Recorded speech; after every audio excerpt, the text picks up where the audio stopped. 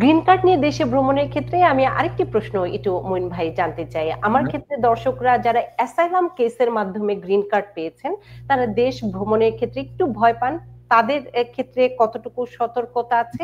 আর আরেকটি প্রশ্ন সেটি হচ্ছে যারা ঘন ঘন যাতায়াত করেন, ঘন ঘন আমি বলতে চাচ্ছি যারা যাওয়া আসার মধ্যে আছেন গ্রিন কার্ড নিয়ে, তাদের জন্য আপনি এই দুই ধরনের মানুষদের জন্য কি পরামর্শ ধন্যবাদ। দিবেন? যদি ঘন ঘন যাতায়াত করে যারা রেগুলার গ্রিন কার্ড পেয়েছেন, ফ্যামিলি পিটিশন, এমপ্লয়মেন্ট বেসড বা ম্যারেজ বেসড পেয়েছেন, তাদের ঘন ঘন যাতায়াত করে তাদের সমস্যা হলো তারা এই দেশের নাগরিকত্ব পাওয়ার ক্ষেত্রে তাদের রেসিডেন্সি রিকোয়ারমেন্টটা ফুলফিল হবে না।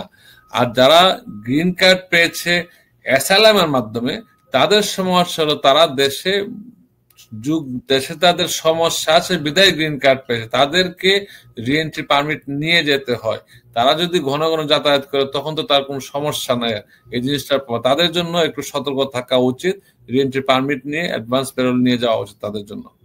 আমাদের অনেকে প্রশ্ন করেছেন, একটু একটি দুটি প্রশ্ন একটু নিতে চাই। SMK আহসান প্রশ্ন করেছেন তার পরিবার F4 ভিসায় নিউ ইয়র্কে এসেছিলেন এবং তিনি পরবর্তীতে নর্থ ক্যারোলাইনাতে মুভ হয়েছেন। তিনি জানতে চাচ্ছেন এই যে পরিবর্তন হলো ঠিকানাটি, এটি তিনি USCIS কে জানাবেন কিনা।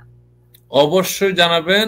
ল হচ্ছে সিটিজেন ছাড়া যে কোনো স্ট্যাটাসে আপনি আমেরিকায় থাকেন না কেন, যদি আপনার ঠিকানা পরিবর্তন হয় উইদিন 10 days এর ভিতরে আপনি জানাবেন। যদি না জানান, it is misdemeanor, it's a crime.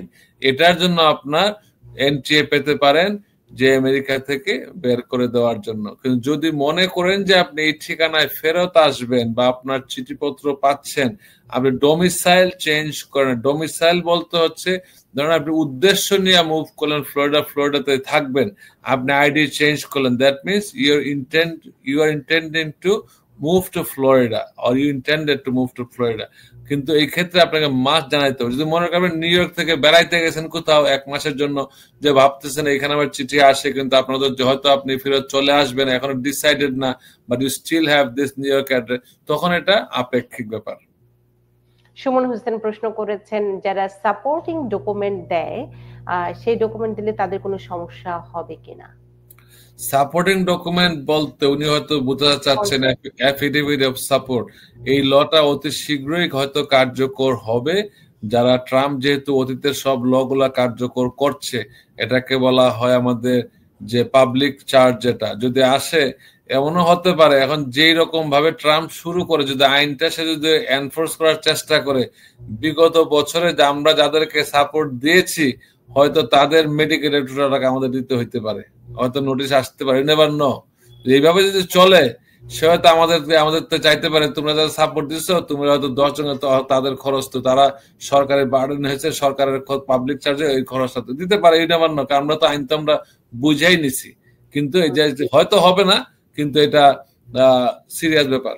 একটু সতর্ক থাকা, কারণ স্বাভাবিকভাবে যখন আইনগুলোর কঠোরভাবে বাস্তবায়ন হয় সবসময় বলা হয় যে একটু আইনগুলো মেনে চলে একটু ভেবেচিন্তে কাজ করা। আরেকটি প্রশ্ন একটু নিতে চাই অ্যাটর্নি মঈন চৌধুরী, তিনি বলেছেন তার মেয়ে F1 ভিসার জন্য আবেদন করেছে আমেরিকাতে, কিন্তু তাদের পরিবারের জন্য ইমিগ্রেশন ভিসা মানে আবেদন করা আছে, এই মুহূর্তে তাদের কি কোনো ধরনের সমস্যা হবে কিনা।